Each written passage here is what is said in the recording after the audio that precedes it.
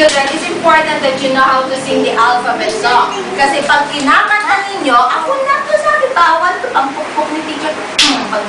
Pag batang girl, pag batang boy, di ba? Namamukpuk si teacher. Diba? Kaya dapat behave, di ba? Kasi hindi na ako mabait ngayon. Hindi na. Oo, nahulog. Ako na lang bahala. Okay, tatabi ko muna yan. Yan ang mabait. Ako ngayon, hindi ako mabait. Kaya kailangan makinig si Ira pag hindi magagalit si teacher.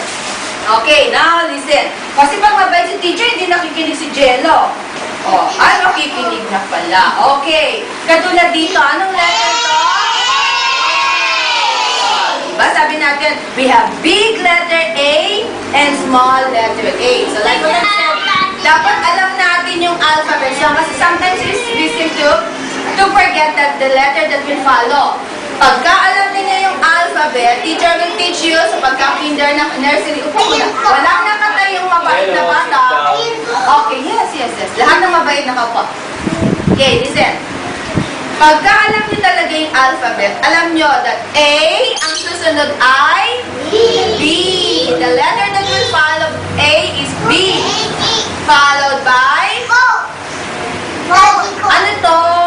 C. Alright. So, kailangan ituturo namin sa inyo, lalo na yung mga kinder, no?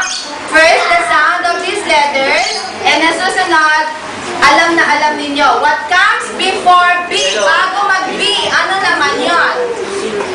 Bago mag-B. This is letter B. Before B, what comes before B? A. What comes before C? B.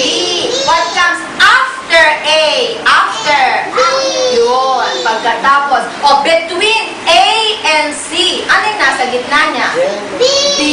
Ayun. Dapat aalamin natin yun.